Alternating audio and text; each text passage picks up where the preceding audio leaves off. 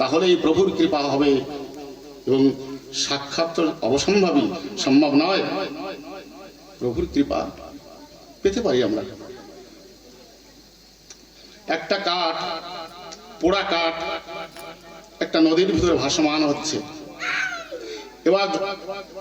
এবার জলের যখন ঢেউ আসছে দেখবেন ওই পোড়া কাষ্ঠটাকে এই কুলে এক ঘা লাগিয়ে দিচ্ছে, আবার ও কুলে এক ঘা লাগিয়ে দিচ্ছে। তাই সাধু বলছে, হে জীব, এই পোড়া কাষ্ঠর ন্যায় তুমি আর কত ঘাত প্রতিঘাত খাবে? আমরাও তদ্রূপ এই সংসার যে সমুদ্র আছে, এই সমুদ্রে হাবুডুবু খাচ্ছি। পোড়া কাষ্ঠের নাই এখানে এক ঘাই খাচ্ছি, ওখানে এক ঘাই খাচ্ছি। তাই আমার প্রভু বলছে, জীব, আমি নৌকার ওপারের নৌকা নিয়ে আমি বৈঠার মাঝে হয়ে বসে আছি। জীব, তুমি যদি পার হতে চাও আমার নৌকায় বসো, আমি তোমাকে এই সংসার যে সমুদ্র আছে, অনন্ত সমুদ্র আছে, এখান থেকে পার করে ওপারে নিয়ে যাবো। আসো সকলে আসো। আমার মহাপ্রভু এমন দয়াল নিত্যানন্দ মহাপ্রভু। আজ নিত্যানন্দ মহাপ্রভু যদি না থাকতেন তাহলে কলির জীবের দুর্গতি কি হতো, এটা ভাষ্যবান তার ভাষায় বলতে পারেনি। তাই বলছে, হরেন নাম আইব কলাম, হরেন নাম আইব কলাম, হরিনাম কৃষ্ণ নাম ভিন্ন। হেজি, তোমাদের কোনো গতি নেই। হাতে কাম করো, মুখে মহানাম মহামন্ত্র উচ্চারণ করবো, তবুও কোথায় হচ্ছে আমাদের নাম উচ্চারণ। এমন এমন জীব আবার সংসারে আছি, বলতে বাহুল্যতা হয়। একটা তুলসী গাছের চৌড়াও নই।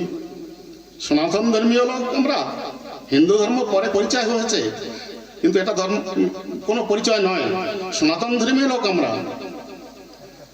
এবার তার ধন সম্পত্তি বহুত প্রচুর আছে। আমি তো বহুত জায়গায় চলমান করি, বহুত সম্পত্তির মালিক, কিন্তু তার আমি নিজে দেখেছি, অনুভবী, নিজের চোখে স্বচক্ষে দেখেছি। দুটো কাষ্ঠের উপরে, একটা তক্তার উপরে দুটো দড়ি বেঁধে তার একটা ঠাকুরের ফটোকে রেখে দিয়েছে। একটা ঠাকুর ঘর তার ঘরে নেই। কি হবে এই সংসারে থেকে, কি হবে? তাই সাধু বলছে, হে জীব, তোমাকে যদি বাঁচতে হয় বাঁচার মতো বাঁচাও, এইভাবে বেঁচে থেকে কোনো লাভ নেই। আমরা ভাবছি কি বসে বসে, জানেন আমাদের দিন বোধহয় আরো বেশি হচ্ছে। কলিযুগে আয়ু জীবের, সত্যযুগে আয়ু ছিল 5000 বছর, ত্রেতায় আয়ু আসলো জীবের 2500 বছর, তারপরে আসলো তার অর্ধেক, কলিতে 100 বছর আয়ু মাত্র। নিদ্রায় শেষ হয়ে গেল কত বছর? 50 বছর। বাল্য অবস্থায় গেল 10 বছর, 60 বছর মাইনাস হয়ে গেল। যৌবন কাল অতিবাহিত হলো 18 বছর, 78 বছর চলে গেল। এবার সংসারের জন্য, অর্থ উপার্জনের জন্য আরো 12 বছর চলে গেল, হয়ে গেল 90 বছর। হাতে আছে কত বছর জীবের হাতে বলুন আপনারা? 10 বছর মাত্র। তাই আমার ঠাকুর বলছে, প্রভু বলছে, মহাপ্রভু বলছে, জগন্নাথ বলছে, হে জীব, তুমি কবে ডাকবে? সাধনা কবে করবে? আমাকে কবে ডাকবে? 84 লক্ষ জনি ভেদ করার পরে তোমাকে এই দেহ দিয়েছি, মানব দেহ দিয়েছি। এই মানব দেহ দুর্লভ দেহ। আপনি ভাবেন, মনে ভাববেন না, আমি মনে ভাববো না যে আমার কোনো পুণ্য ফলের কারণে আমার এই মানব দেহ, মানব তনু আমি পেয়েছি। 84 লক্ষ জনিভেদ করতে হবে। 83 লক্ষ যে ধাপটা, আগের ধাপটা, পশুজনিতে আমাকে কর্ম অনুসারে যেতে হবে। মৎস্য, বরাহ, কৃমিকীট, ব্যাঘ্র ইত্যাদি নানা নরক যন্ত্রণা, দুঃখ দুর্দশা ভোগ করে প্রভুর অশেষ কৃপার ফলে এই মানব দেহ দিয়েছে প্রভু আমাকে। এই দেহকে কি করতে বলেছে জানেন? শ্রী গুরুর চরণ সেবা করতে, পিতা মাতার চরণ সেবা করতে, স্থূলের গুরু পিতা মাতা, এবং প্রভুর শ্রী গুরুগুণ নাম গুণাগুণ কীর্তন করতে বলেছে, ভজন মনন শরণ। এবার আমরা কি করছি? অস্পৃশ্যত আহার করছি, যেটা মানুষের আহার নয়। আহার শুদ্ধি না হলে জীবের সাধনা হবে না কোনোদিন। তীর্থ পর্যটন সহস্রবার করলেও বেদ অধ্যয়ন, যাগ যজ্ঞ, তপস্যা, উপনিষাদি ব্রত আদি যত আছে, যা কিছু আপনি উপনিষদ পাঠ করেন, গ্রন্থ পাঠ করেন, ব্রত করেন, যা কিছু তপস্যা করেন, আপনার ইন্দ্রিয় সংযম যতদিন না হবে, 10টা ইন্দ্রিয়, নাসিকা, কর্ণ, লিঙ্গদ্বার, গুহদ্বার ইত্যাদি, জীবাত্মা একটা 11টা ইন্দ্রিয়। এই 11টা ইন্দ্রিয়কে নিয়ে এই দেহটা তৈরি। এটা জীবাত্মা, এটা পঞ্চভূতি দেহ। এই দেহ নশ্বর, যে কোনো মুহূর্তে যে কোনো সময় ধ্বংস হয়ে যেতে পারে। আপনার ক্ষণস্থায়ী নয়। অবিনেশ্বর নয়, নশ্বর এটা, জাড়জাগতিক দেহ। তাই ঠাকুর বলছে, জীব তোমার এই দেহ নিয়ে তোমার এত গর্ব কিসের? আভিজাত্যের অহংকার, ধনের অহংকার, রূপের অহংকার, কি আছে তোমার অস্তিত্ব? তুমি যখন এসেছিলে সংসারে কি নিয়ে এসেছিলে? কি নিয়ে এসেছিলে? সন্তান যখন মাতৃগর্ভের থেকে ভূমিষ্ঠ হয়, আমরা যখন হয়েছি, আমাদের কোমরে কোনো দড়িও কি ছিল, কোনো তাগিও ছিল, কিছু ছিল? উলগ্ন ছিলাম না। তাই বলছে জীব তুমি যখন মাতৃগর্ভের থেকে ভূমিষ্ঠ হলে, এই ধরাধামে এলে, তখন তোমার কি ছিল? তুমি তো উলগ্ন অবস্থায় এসেছিলে, খালি হাতে আসলে এখানে। এখানে যা পেয়েছো সবই তো আমার দেওয়া ধন, আমার দেওয়া ধন। আমাকে দিতে তুমি কুণ্ঠিত হও? এই দেহ তো তোমার নয়, এই দেহ আমার কি বলতে পারেন? কারণ আপনার দেহ আপনার, আমার দেহ আমার নয়। তবু তুমি কেন এত অহংকার? এই সংসার রূপ সমুদ্রে এখনো হাবুডুবু খাচ্ছ। হে জীব, তুমি জেগে ওঠো। কবে জাগবে? কবে জাগবে তুমি? তোমার দিন চলে যাচ্ছে, তুমি মুখে হরিনাম নিলে না, কৃষ্ণ নাম নিলে না, তোমার তো অধোগতি হয়ে যাবে, ঊর্ধ্বগতি হবে না। তুমি জাগো, জাগো। কবে জাগবে? মুখে একবার হরিনাম কৃষ্ণ নাম উচ্চারণ করো। হরিনামই একমাত্র সার, নাম ওই আধার। কলিযুগে তৎ ভিন্ন কোনো গতি নাই।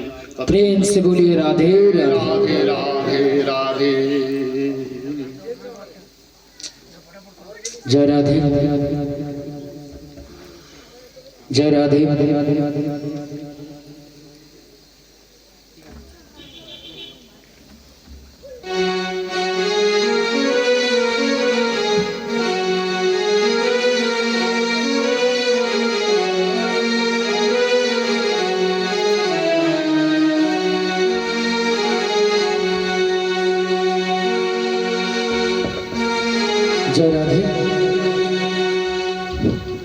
जय राधे, जय राधे।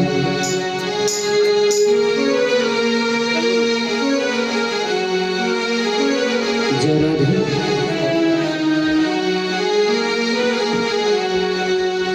दीनबंधु रे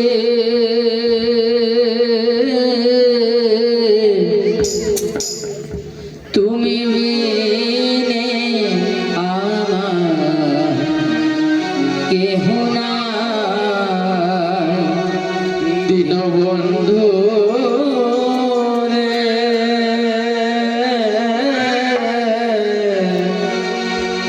তুমি বিনে আমার কেহ নাই। ওই আমার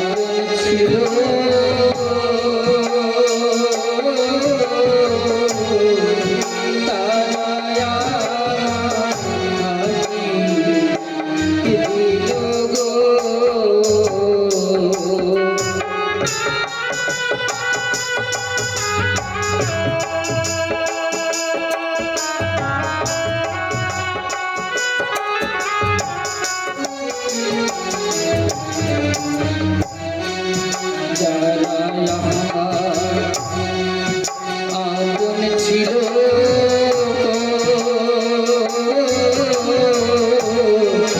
তারা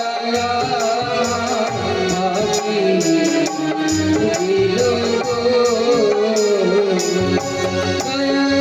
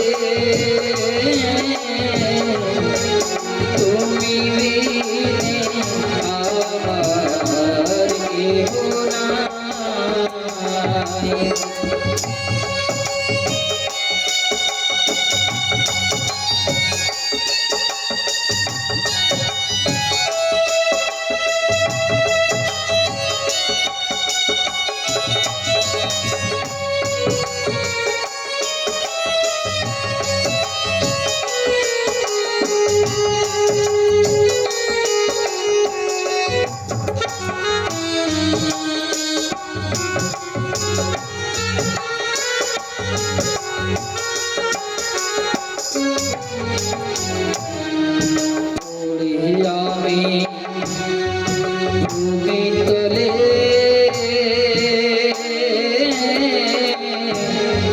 তোমায় রইলাম আমি ভুলে গো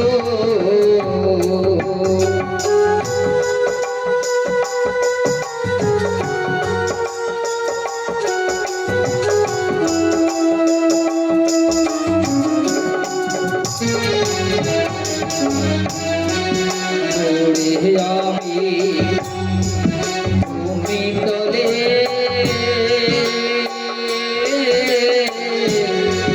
তোমায় রইলাম আমি ভুলে গো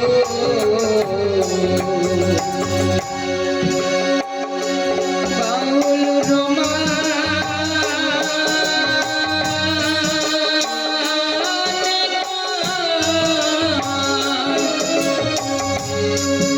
আর ছেড়ে এবার পথের দিকে ফিরে আয় বাউল রমা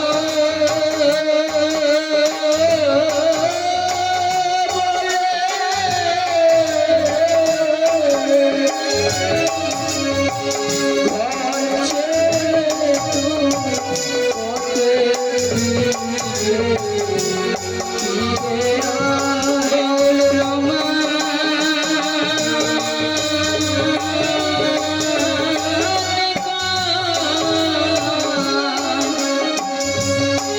ঘর ছেড়ে এবার পথের দিকে ফিরে আয় বাউল রমা ঘর ছেড়ে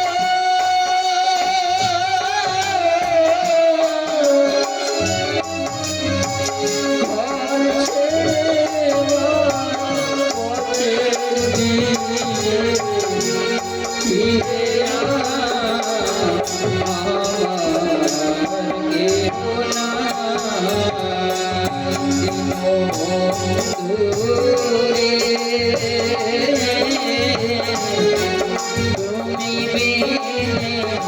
আমার কেহ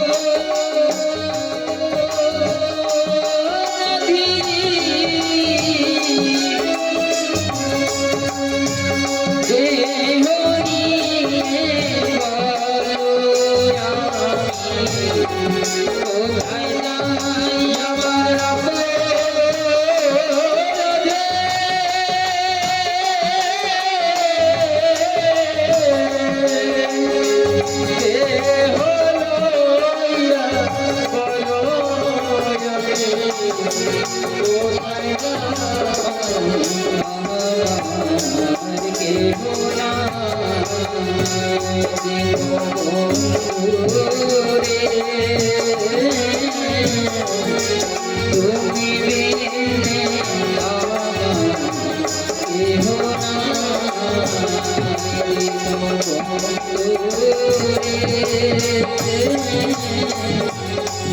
তুমি বিনে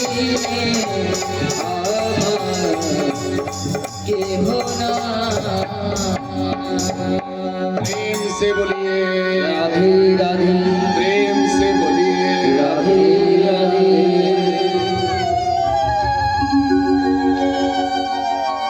এবার ত্যাগ গেল, বৈরাগ্য আসলো। বৈরাগ্য শব্দের অর্থ হচ্ছে অসৎ কর্ম না করা, অসৎ কর্মের সঙ্গ না দেওয়া, অসৎ কর্ম যারা করে তাদের সহিত লিপ্ত না হওয়া, এটাই হলো বৈরাগ্য। তাই আমার প্রভু বলছে, संग मत करो राजा से, संग मत करो राजा से, ना जाने कब दुख दे बैठे। संग करो साधु से, ना जाने कब हरि से मिला दे। प्रभु ये तेरी माया का पार कैसा, जगत को डुबा दिया रुपया से को जमाना। प्रभु तेरी माया का ये खेल कैसा, जमाने को डुबाया पैसा। মানে পয়সার উপরে মানুষের মোহিত মোহ এমন জাত হয়ে গেছে, পয়সার পিছনেই ধাবমান হয়ে গেছে। এবার সাংসারিক দুঃখ দুর্দশার মধ্যেও প্রভুর নাম তার স্মরণ নেই। সমুদ্র মন্থনে যখন সুধা, অমৃত সুধা উদ্ভাসিত হয়েছিল, অশ্ব ঘোড়া অন্যান্য হাতি ইত্যাদি বহু রত্ন দ্রব্যময় দ্রব্য উদ্ভাসিত হয়েছিল, তার ভিতরে সর্বশেষে যখন সুধা উদ্ভাসিত হলো, সেই সুধা নিয়ে ভগবান বিষ্ণু মোহিনী রূপ ধারণ করলেন। এর একটা পর্ব আলাদা আছে। ওই যে অমৃত সুধারস ভাণ্ড, ওই কলসটাকে নিয়ে ইন্দ্রপুরীতে দেবরাজ ইন্দ্র রেখেছিল। একদিন সেই সুধাভাণ্ড নিয়ে সুখদেব ব্রহ্মচারীর কাছে মহাব্রহ্মচারী সুখদেব ব্রহ্মচারীর কাছে পৌঁছলেন। বললেন, হে ঋষিবার, ইন্দ্র বলছে, স্বর্গের রাজা ইন্দ্র নিজেকে মনে করেছে আমি স্বর্গের রাজা। মেনকা অপ্সরা আদি যারা আছে উর্বশী, বহুরত্ন হারে প্রফুল্লিত সজ্জিত তারা, এবং আমি বহুত সুখে আছি, এবং আমার মতো সুখে আর কেউই নেই। এবং ঋষিবর সাধুরা যারা আছে তাদেরকে যে কোনো কথা বললে আমাদের মতো নগণ্য ব্যক্তির কথা শুনবে বলে মনে হয় না। প্রকৃত সাধু যারা ইন্দ্রর কথা শোনেনি, আর আমাদের কথা কি করে শুনবে? যখন ওই সুধাভাণ্ডটি হস্তে করে নিয়ে আসলেন, এসে সুখদেব ব্রহ্মচারীকে বললেন, হে প্রভু, হে ঋষিবর, এই সুধার ভাণ্ড আপনি গ্রহণ করুন, রাখুন, এবং এই ভাগবত যে রসামৃত সুধা, এই রসামৃত সুধা রস আমাদেরকে দিন, আমাকে দিন। তখন সুখদেব ব্রহ্মচারী হেসে পড়লেন, বললেন, ইন্দ্রদেব, তুমি স্বর্গের রাজা ইন্দ্র, কিন্তু তুমি এখনো কিছু বুঝতে পারোনি। তুমি সোনার সঙ্গে হীরা মানিকের তুলনা করছো। যে রসামৃত সুধারস ব্রহ্মারও অপেত হোক, দেবতারাও যারা পান করার জন্য এই রসামৃত সুধা অমৃত রস লালায়িত, তুমি সেই অমৃত সুধা রস ভাণ্ডকে তোমার ইন্দ্রপুরীতে নিয়ে যেতে চাও? সম্ভব নয়। সুখদেব ব্রহ্মচারী রসামৃত অমৃত সুধারস ভাগবত রস আমাদেরকে আস্বাদন করিয়েছেন, জীবকে। রাজা পরীক্ষিতকে আস্বাদন করিয়েছেন। রাজা পরীক্ষিতে যখন সপ্তম দিবসে সর্পদংশনের অভিশাপগ্রস্ত হলেন, শৃঙ্গমুনি অভিশাপ দিলেন, সৌনিক মুনি অভিশাপ দিলেন, তখন সেই অভিশাপগ্রস্ত অবস্থায় সপ্তম দিবস যখন ভাগবত অনুষ্ঠান হলো, তখন এই ভাগবত মহাগ্রন্থ শ্রবণ করিয়েছিলেন সুখদেব ব্রহ্মচারী। সুখদেব জন্ম কোথার থেকে হলো? সুখদেব ব্রহ্মচারী দেখবেন, একটা গাছে কোনো পাকা ফল যদি থাকে, সেই ফলে কোনো পাখি যদি তার ঠোঁটটা লাগায়, সেই সুমিষ্ট আহার ফলটাকে যদি আহার করেন, আপনি দেখবেন এমনি যত মিষ্টি থাকে তার থেকে কিন্তু আরো মিষ্টি হবে, আরো সুস্বাদু হয়। কোনো পাখি যদি ঠোঁট লাগায় তার। তো আমার এই সুখদেব ব্রহ্মচারী তো তার অবতার নিয়েছিলেন, তোতা, যাকে টিয়ে বলি। একদিন কৈলাসে বসে হর পার্বতী প্রেম আলাপনে আলাপিত, কৈলাস শিখরে বসে আছেন মা ভগবতী এবং মহাদেব। উভয়ের কথোপকথনের মাধ্যমে মা ভগবতী বলছে, হে মহেশ্বর, আমার মনে একটা অভিপ্রায় জেগেছে। আজ আপনি আমাকে কৃষ্ণ কথা, হরি কথা, রসামৃত সুধা অমৃত রস প্রভুর কথা বর্ণনা করুন। আমার হৃদয়ে খুব আকুলিত ভাব, পিপাসা জেগেছে। আপনি এই হরি কথা, কৃষ্ণ কথা, প্রভুর কথা যদি আমার কাছে বলতেন, তাহলে আমার চিত্তের দুঃখ দূর হয়ে যেত। তখন মহাপ্রভু মহেশ্বর পার্বতীকে বলছে, হে পার্বতী, এই গুরুরতম রসামৃত সুধা অমৃত রস, এই রস সুধা পান করতে গেলে মহাধৈর্যের প্রয়োজন আছে। তোমাকে ধৈর্য সহকারে পান করতে হবে, শ্রবণ করতে হবে। এই প্রভুর মহাপ্রভুর যে শ্রীনাম, এই নামের মহিমা প্রকাশ করা যায় না। এই নাম তোমাকে শুনতে হলে কত দিবস লাগবে, কত দিন বিগত হয়ে যাবে। রাত্র প্রথম প্রহার থেকে শুরু করলে ঠাকুরের নাম প্রভাত হয়ে যাবে, তবু প্রভুর নামগুণ কীর্তন, নামের পূর্ণ মহিমা, মহাপ্রভুর কথা প্রকাশ করে তোমার কাছে সম্পূর্ণ আমি বলতে পারবো না। তোমার চিত্তে যত এত আশা আকাঙ্ক্ষা জাত যখন হয়েছে, তখন তুমি শুনবে, তোমাকে বলবো নিশ্চয়ই। কিন্তু আমি যে প্রভুর যে কথামৃত রসামৃত সুধারস তোমাকে পান করাবো, বলবো ঠাকুরের কথা, প্রভুর কথা, মহাপ্রভুর কথা, তোমাকে ধ্যান সহকারে শুনতে হবে, শ্রবণ করতে হবে। এবং আমি যে প্রভুর লীলা কথা বর্ণনা করব, তার পিছনে তোমাকে সায় পড়তে হবে। হ্যাঁ প্রভু, হ্যাঁ এটা এমন হলো, হ্যাঁ প্রভু বুঝতে পেরেছি, এইভাবে সায় পড়তে হবে। প্রভাত সন্ধ্যার থেকে যখন প্রভু মহেশ্বর আমার শ্রী গোবিন্দের প্রেম আলাপন, তার লীলা কথা বর্ণনা করতে লাগলেন তার ভগবতী পার্বতীর সম্মুখে, তখন মা পার্বতী, হ্যাঁ প্রভু, হ্যাঁ প্রভু, হ্যাঁ প্রভু, প্রভুর লীলা এটা খুব সুন্দর লাগছে, এটা খুব রসামৃত হচ্ছে, এই প্রভু এত সুন্দর লীলা করেছে, এইভাবে বলতেছে। যখন মধ্যরাত্র হলো, মধ্যরাত্রে প্রভাত রাত্র যখন আসলো, রাত্র দ্বীপ্রহর যখন হলো, তখন আমার ভগবতী নিদ্রায় নিদ্রায় শয়নিত হলেন এবং প্রভুর মহেশ্বরের কোলে ঘুমিয়ে পড়লেন। এই সুযোগ নিয়ে একটা পাখি, তোতা পাখি মানে টিয়া পাখি, ধীরে ধীরে উঠতে উঠতে গিয়ে মহেশ্বরের কৈলাসে প্রবেশ করলেন এবং গুফার ভিতরে প্রবেশ করে যেখানে মহেশ্বর এবং আমার ভগবতী মাতা বসেছিলেন, সেখানে গিয়ে ওই কৃষ্ণ রসামৃত সুধা অমৃত রস সুধা পান করতে লাগলেন। আর হ্যাঁ হ্যাঁ প্রভু, এটা খুব সুন্দর, আর একটু বর্ণনা করে বলুন তো প্রভুর মহিমার কথা, এত সুন্দর, এত বর্ণনা করছেন। এই লীলারস যদি সম্মুখ সমরে সাধন করতে পারতাম, প্রভুকে দেখতে পেতাম, তাহলে কত চিত্তে আমার আনন্দ হতো। এই কৃপা কি আমার হবে না, অভাগ্য কি হবে না? তো তা বলছে কিন্তু, আর হ্যাঁ হ্যাঁ বলে যাচ্ছে। যখন চতুর্দিকে প্রভাতের আলোয় আলোকিত হয়ে গেল, তখন দেখছে মা ভগবতী মহেশ্বরের কোলের উপরে শুয়ে আছেন। তোতা শ্রী বিষ্ণু, টিয়া বলছে, তোতা বলছে, হ্যাঁ প্রভু, হ্যাঁ প্রভু বলছে। তখন মহেশ্বর যখন দেখলেন, কাকে বলছি আমি? প্রভুর কথা, হরি কথা, কৃষ্ণ কথা কাকে শোনাচ্ছি? প্রভুর লীলা কথা। দেবী তো এখানে শুয়ে পড়েছে, নিদ্রাগত অবস্থা, বাহ্যিক জ্ঞান শূন্যহীন হয়ে গেছে, তো সায় পড়ছে কে? তখন কৈলাস শিখরে দেখলেন তোতা বসে আছে, সেখানে তোতা ওই প্রভুর কথায়, মহেশ্বরের কথায় সায় পড়ছে। তখন অভিশাপগ্রস্ত করলেন, এত সাহস! প্রভুর এই রসামৃত সুধারস কত পুণ্যজন্মের ফলে এই রসটা, রসামৃত সুধারস পান করা যায়। হরিনাম কৃষ্ণ নাম সকলে পান করতে পারে না, সকলের মুখে উচ্চারণ হয় না। আমরা পাপী থেকে পাপী, মহাপাপী, আমাদের মুখে হরিনাম কৃষ্ণ নাম উচ্চারণ হবে না। যদি চেষ্টা করেন যুবক বয়স থেকে, তাহলে গিয়ে হবে।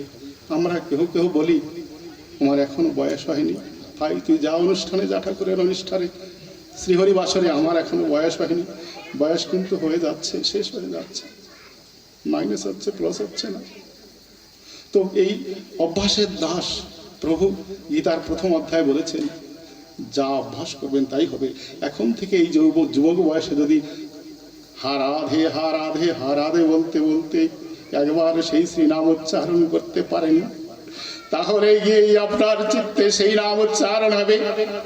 এবং যখন বার্ধক্য বয়স আসবে, পূর্ণ চোখে আপনি কিছু দেখতে পারবেন না, এক জায়গায় বসলে 2 ঘন্টা বসতে পারবেন না, চিত্তের চাঞ্চলতা আরো বেড়ে যাবে, তখন এই মুখে শ্লেষা, গলায় শ্লেষা, আটকে ধরবে আপনাকে, হরিনাম উচ্চারণ করতে পারবেন না। তখন রাম বললে আম শোনা যাবে। তাই প্রথম থেকে এখন থেকে যদি অভ্যাস করো হিজিব, তাহলে অন্তিম সময়ে হয়তো তোমার আগের অভ্যাসের কারণে হয়তো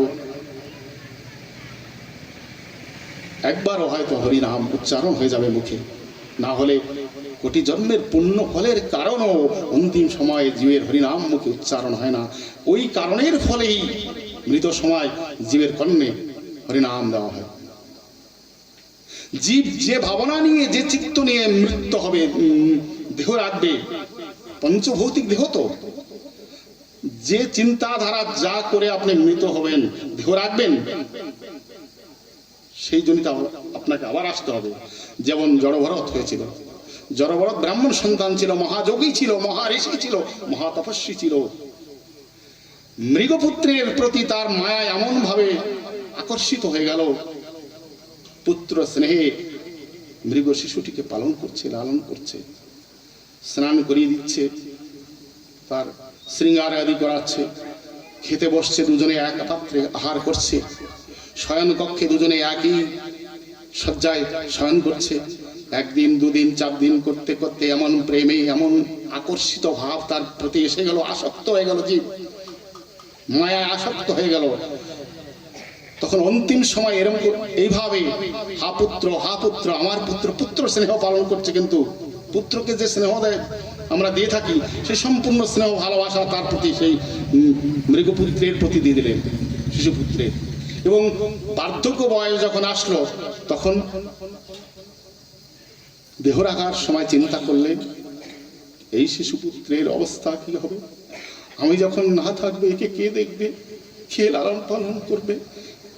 এর তো কেহই নেই, বনে একে কে নিয়ে গিয়ে এর মা পিতামাতা যে আছে বা অন্য সাথী বৃন্দ আছে তাদের কাছে ছেড়ে দিয়ে আসবে, এর গতি কি হবে?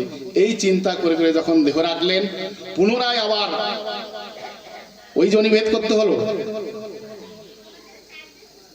জনিভেদ করতে হলো এবং জন্ম নিতে হলো। তারপরে জড়ভরত হয়ে আসলো। প্রারব্ধ কর্মফল আপনাকে ভোগ করতেই হবে। আপনি যত বড় যোগী হন, আমি যত বড় ব্রাহ্মণ হই, তপস্বী হই, যোগী হই, ঋষি হই, প্রারব্ধ কর্মফল আপনাকে ভোগ করতেই হবে।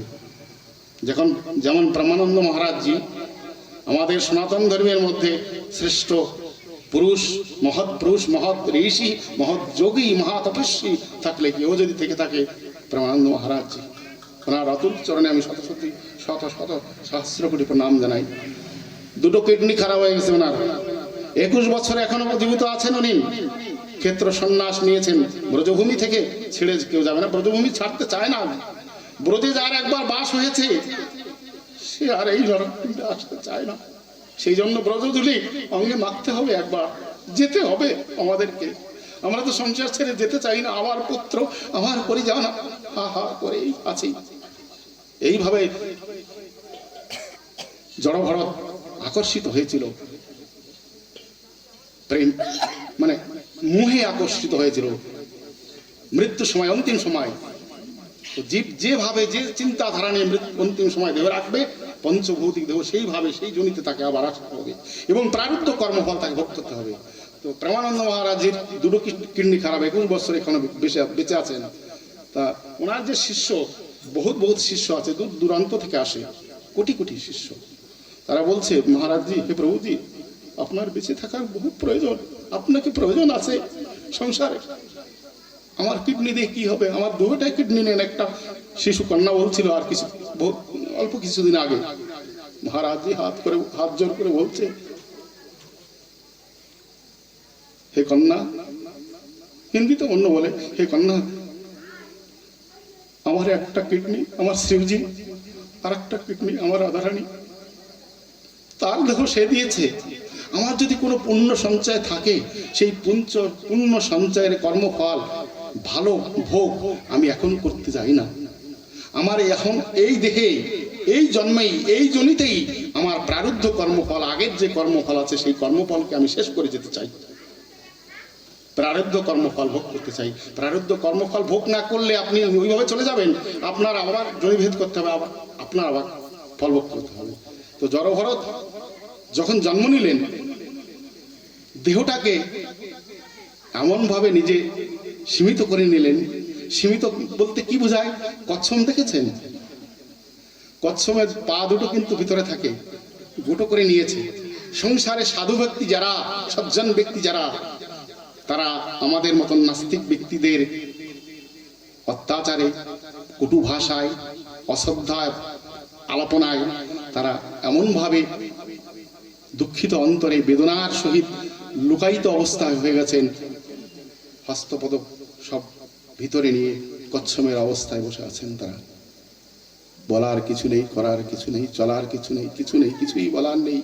তারা চিন্তা করছে, হে প্রভু, হে গোবিন্দ, হে রাধা মাধব,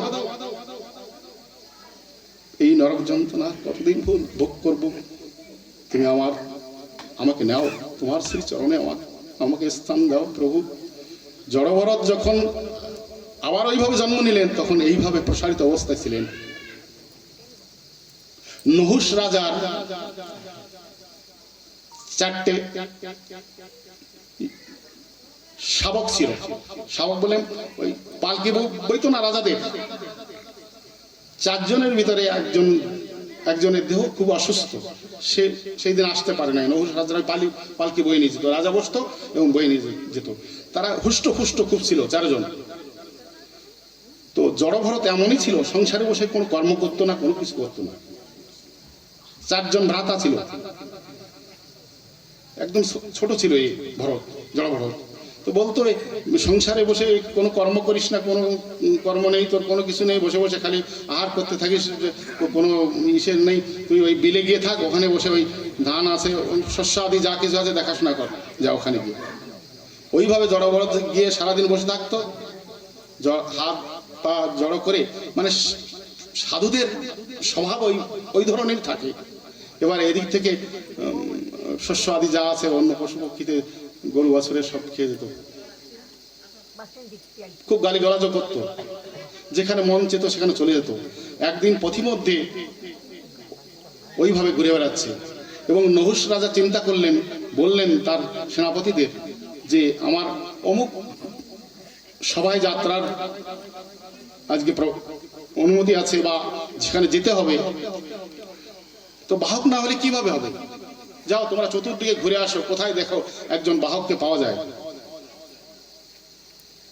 তখন পথিমধ্যে জড়ভরতকে দেখে খুঁজতে লাগলেন তার সেনাপতিগণ। খুঁজতে খুঁজতে দেখলেন পথিমধ্যে জড়ভরত বসে আছেন, খুব হুষ্টপুষ্ট বলিষ্ঠ। দেখে জড়ভরতকে ধরে নিয়ে গেল। এবার 3 জন যে শাবক ছিল বওয়ার জন্য, তারা কিন্তু ওই পালকের একটা তাল আছে, সেই তালটা অবগত তাদের ভিতরে, প্রত্যেক দিন করতে করতে অভ্যাসে পরিণত হয়ে গেছে। ওর পদটা দেওয়া, পা ফেলানোর একটা ভাব আছে, লক্ষণ আছে। কিন্তু এ তো জড়ভরত, এ তো নিজেকে নিজের ভিতরে প্রসারিত, মানে সমাহিত করে নিয়েছে নিজেকে। সুখ দুঃখ, গ্রীষ্ম বর্ষা, মান অপমান, সবকিছু আত্মসাৎ করে ফেলেছে নিজেকে। তো 3 জনে 3 পাশে নিল, এবং আর এক পাশে যখন জড়ভরতকে বইতে দিল, তো চলার মাধ্যমে যখন নিজের তারতম্য হচ্ছে, তখন ধাক্কা লাগছে, এবং নহুষ রাজা গালিগালাজ করছে।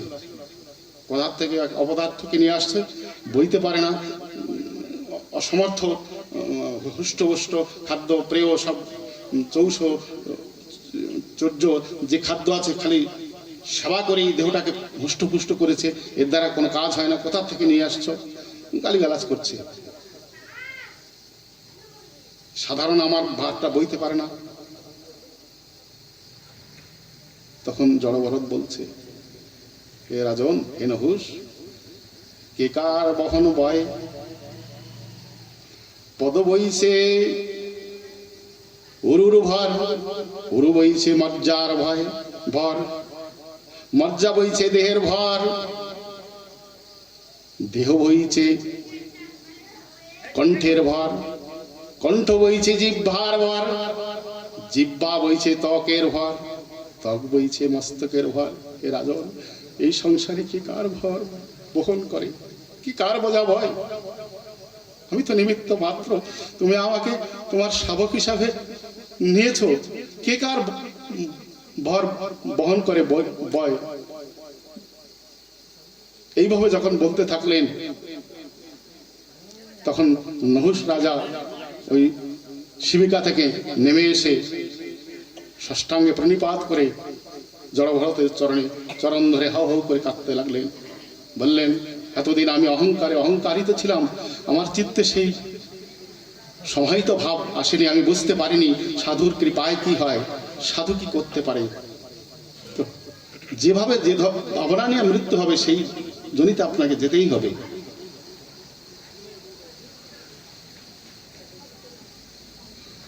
সুখদেব ব্রহ্মচারী পরবর্তী সময়ে জন্মগ্রহণ করলেন। তোতা থেকে সুখদেব মহাব্রহ্মচারী হলেন এবং এই ভাগবত রসামৃত সুধা আমাদের মাধ্যমে সর্বপ্রথম রাজা পরীক্ষিতকে শোনালেন। এই ভাগবত তত্ত্বকথা শ্রী বিষ্ণু সর্বপ্রথমে ব্রহ্মাকে শুনিয়েছিলেন, ব্রহ্মা নারদকে শুনিয়েছিলেন, নারদ সৌনকাদি সনত কুমার চার্য ঋষিকে বলেছিলেন। তারপর থেকে এই ভাগবত মহাগ্রন্থ মহারসামৃত সুধা অমৃত রস সুধা এই চার্য ঋষি সর্বভক্তের মাধ্যমে প্রকাশ করেছিলেন।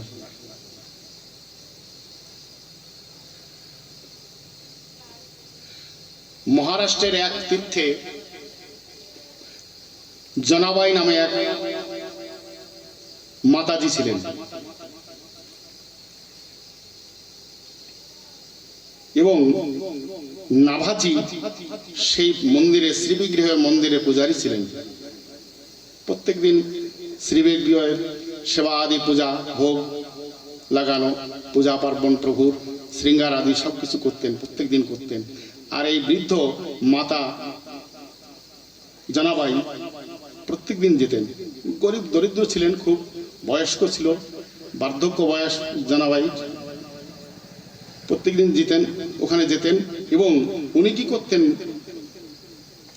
বাজার থেকে কিছু গম ক্রয় করে আনতেন এবং ভিক্ষালব্ধ অবস্থায় যে গম প্রত্যেকের গৃহের থেকে যৎকিঞ্চিত যা পেত সেটাকে নিয়ে মাড়াই করে, ওই যাতায় মাড়াই করে ওই বিঠ্ঠল ভগবান যেখানে ছিলেন মহারাষ্ট্রে, ওই নাভাজির কাছে দিতেন এবং নাভাজি ওই জনাবাইয়ের নিবেদিত যে ভোগটা, সেই ভোগটাকে প্রভুকে দিতেন এবং নিবেদন করে প্রসাদ পেতেন এবং জনাবাইকে দিতেন। প্রত্যেক দিন এইভাবে চলত। একদিন জনাবাইয়ের কিন্তু প্রত্যেক দিনের একটা অভ্যাস ছিল। জাতা দেখবেন, তলায় একটা জাতা, উপরে একটা জাতা, জাতার মাঝে একটা লাঠি, ভিতরে গম হোক শস্য হোক যা হোক যে কোনো দ্রব্য দিয়ে ধীরে ধীরে যাতাই করলে পেষ্টন হয়। তো জনাবাইয়ের প্রত্যেক দিনে অভ্যাস ছিল ওই জাতার ভিতরে গম দিয়ে ধীরে ধীরে পেষ্টন করতেন আর গুনগুন স্বরে হরে কৃষ্ণ হরি বল হরে কৃষ্ণ করতেন। গুনগুন স্বরে ওই গান গেয়েই যাইতেন, হরিনাম সংকীর্তন করতে থাকতেন গুনগুন স্বরে। আর ওই জাতায় গম পেষ্টন করতে থাকতেন। এইভাবে হরিনাম করতে করতে, প্রভুর নাম গুণাগুণ কীর্তন করতে করতে, একদিন দুদিন 4 দিন 5 দিন এই করতে করতে 1 বছর 2 বছর 5 বছর পরে একদিন আমার মহাপ্রভু বিঠ্ঠল ঠাকুর চিন্তা করলেন। ঠাকুর বলছে, ভক্তাধীন ভগবান আমি, ভক্তের অধীন আমি। ভক্ত যদি তার হৃদয় করুণ বেদনা দিয়ে আমাকে আত্মনাথ স্বরে ডাকে, আমি থাকতে পারি না। বিঠ্ঠল ঠাকুর তখন ঠিক করলেন, সেই শ্রী বিগ্রহ থেকে বেরিয়ে আমার কানাইয়ার রূপ ধারণ করে, ছোট শিশু বালক রূপ ধারণ করে ধীরে ধীরে ধীরে ধীরে জনাবাইয়ের গৃহের দিকে অগ্রসর হলেন।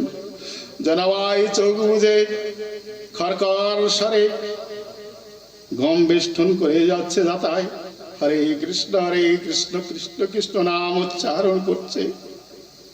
আমার কানাইয়া কি করলেন, নুপুর তার পদে মাথা ঘুঙুর এবং স্বর্ণ অলঙ্কার আভূষণে আভূষিত আমার প্রভু ধীরে ধীরে এক পা দুই পা করে বাল্য অবস্থায় হেঁটে চলেছে। প্রভুর নুপুরের শব্দে চতুর্দিক রঙ্গায়িত হচ্ছে। আমার মহাপ্রভু কানাইয়া মহাপ্রভু বাল্য অবস্থায় বাৎসলীলাকারী শ্রী গোবিন্দ গিয়ে জনাবের ওই যাতার পাশে বসলেন। বলছে, হে মা, হে মা, হে জনামা, হে জনামা, তুমি আমাকে একটু যাতাটা দাও না।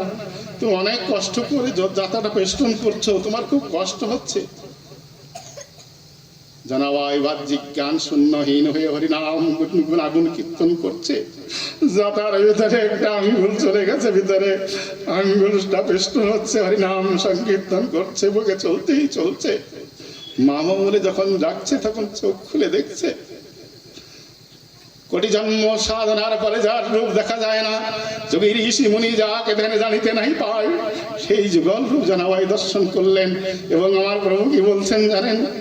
মাতা, তোমার খুব ক্ষুধা পেয়েছে, তুমি খুব কষ্ট করেছো, দুদিন ধরে যাতা পেষ্টন করছো, তুমি এখানে একটু বসো, আমি একটু যাতা পেষ্টন করে দিই। বলছে, না, তুই কার ঘরের শিশু, কার ঘরে বালক, তুই এইভাবে এসেছিস, প্রভুকে এখনো চিনতে পারিনি। প্রভু ধরা না দিলে তার প্রভুকে ধরা যায় না, এ ধরার বস্তু নয়। বহুবার বলার পরে আমার জনাবাই কি করলেন জানেন? প্রভুকে দিলেন যাতা। আমার প্রভুকে করলেন শ্রীঅঙ্গের যত আভূষণ আছে সেই আভূষণ নিয়ে যাতা পেষ্টন করতে লাগলেন। জনাবাই কাছে বসে, আমার কানাইয়ার কাছে, শিশুপুত্রের কাছে বসে হা কৃষ্ণ হা গোবিন্দ বলতে লাগলেন, ডাকতে লাগলেন। নেত্র চক্ষু নেত্র বরিশানে প্রেম অশ্রু ধারা বিগলিত হতে লাগলো। এবং জনাবাই যে হরিনাম কীর্তন করছেন, ধীরে ধীরে বলছেন, হে পুত্র, তুমি ধীরে ধীরে এই যাতা পেষ্টন করো, জোরে জোরে করিও না। তোমার ওই যাতার খরখর শব্দে আমার হরিনামে বাধা সৃষ্টি হচ্ছে, ব্যাঘাত সৃষ্টি হচ্ছে। তখন আমার মহাপ্রভু কি করলেন জানলেন?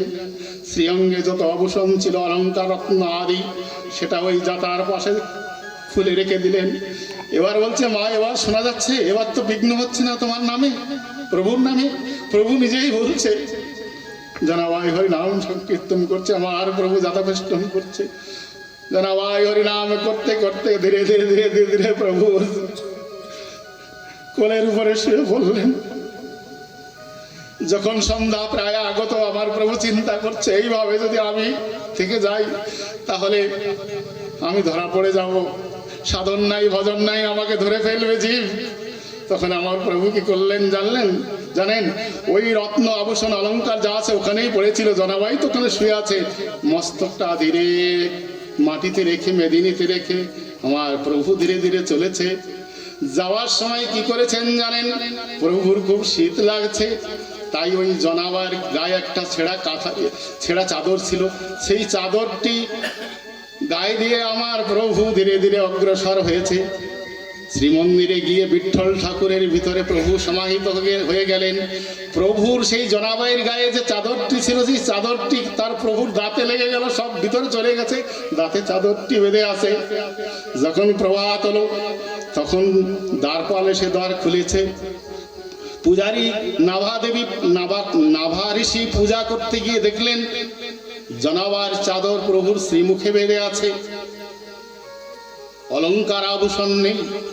তখন জমিদারের কাছে গিয়ে বললেন, হে জমিদার, জনাবাইয়ের গায়ের যে চাদরটি ছিল, প্রত্যেকদিন যেত তো মন্দিরে, সেই চাদরটি তার প্রভুর শ্রীমুখে লেগে আছে এবং রত্ন আভূষণ যা ছিল কিছুই নেই। নিশ্চয়ই জনাবাই চুরি করেছে এখান থেকে সবকিছু। তখন জমিদার জনাবাইকে ডাকতে পাঠালেন। জমিদার এবং নাভাজি সৈন্য সামন্ত নিয়ে সকল সেনাপতিদের নিয়ে যখন জনাবাইয়ের গৃহে গেলেন, দেখলেন ওই যাতা সেমনি পড়ে আছে, রত্ন আভূষণ অলঙ্কার সেখানেই পড়ে আছে। জনাবাই অচেতন অবস্থায় পড়ে ঘুমাচ্ছে এবং বলছে, হা কৃষ্ণ, হা কৃষ্ণ, হা কৃষ্ণ, হা কৃষ্ণ। তখন সেনাপতি ঠেলে উঠালেন, বললেন, হে জনাবাই, তুমি ওঠো, তুমি বিঠ্ঠল ঠাকুরের মন্দিরে গিয়ে চুরি করেছ। ঠাকুরের যে অলঙ্কার আভূষণ আদি ছিল সব চুরি করে তুমি এনেছ। তুমি মহাপাপী, চোর তুমি, তোমাকে কারাদণ্ড ভোগ করতে হবে, তোমাকে মৃত্যুদণ্ড দেওয়া হবে।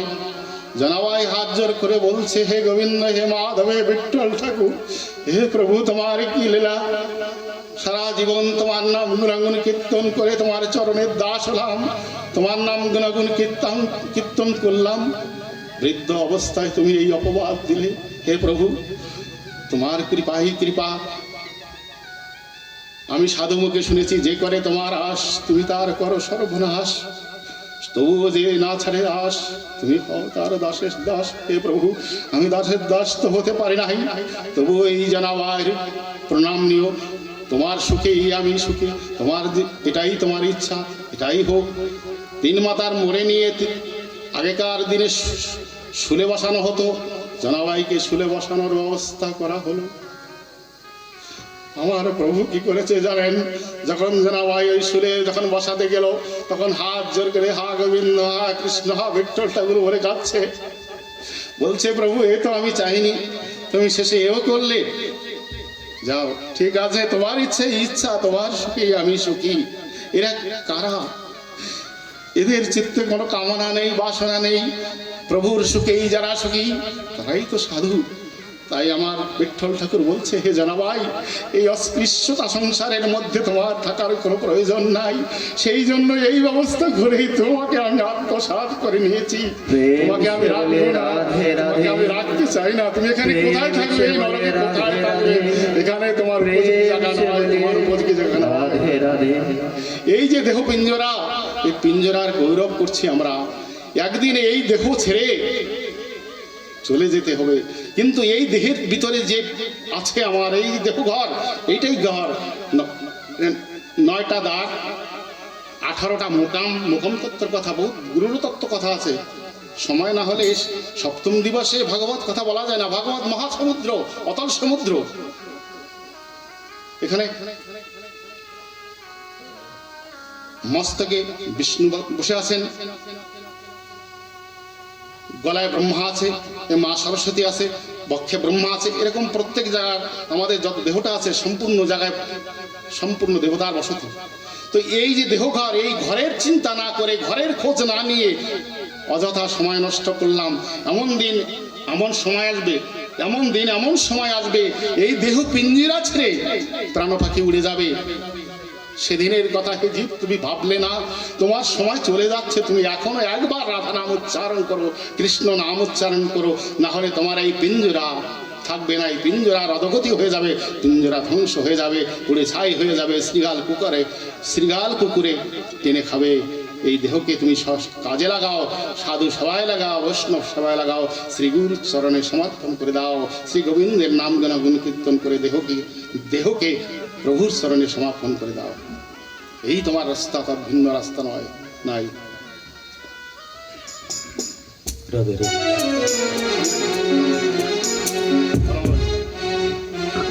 ও পাপी मन कर ले भजन, बाद में फिर तू पछताएगा, जब पिंजड़े से पंछी निकल जाएगा, जब पिंजड़े से पंछी निकल जाएगा। ओ पापी मन कर ले भजन, ओ पापी मन कर ले भजन, बाद में फिर तू पछताएगा, जब पिंजड़े से पंछी निकल जाएगा, जब पिंजड़े से पंछी निकल जाएगा।